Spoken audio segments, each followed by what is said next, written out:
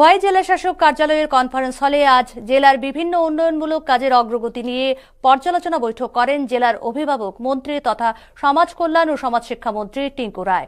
বৈঠকে 3 বিধায়ক কল্যাণী রায়, পিনাকি দাস চৌধুরী, রঞ্জিত দেববর্মা উপস্থিত ছিলেন। এছাড়া জেলা শাসক রজত পান, জেলা পরিষদের সভানেত্রী অপর্ণা সিংহ রায় সহ একাধিক এমডিসি এবং বিভিন্ন দপ্তরের উচ্চপদস্থ আধিকারিকরাও ছিলেন।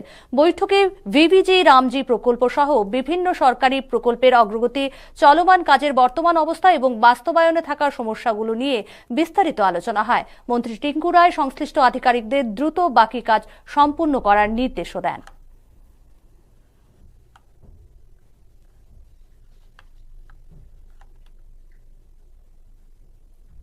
বিষয় হলো খোয়াই জেলার বিভিন্ন ডেভেলপমেন্ট সম্বন্ধিত যে সমস্ত প্রজেক্ট চলছে সেগুলোর বর্তমান পরিস্থিতি কতটুকু এগোচ্ছে এই বিষয়গুলো নিয়ে আজকের আমাদের পর্যালোচনা হয়েছে।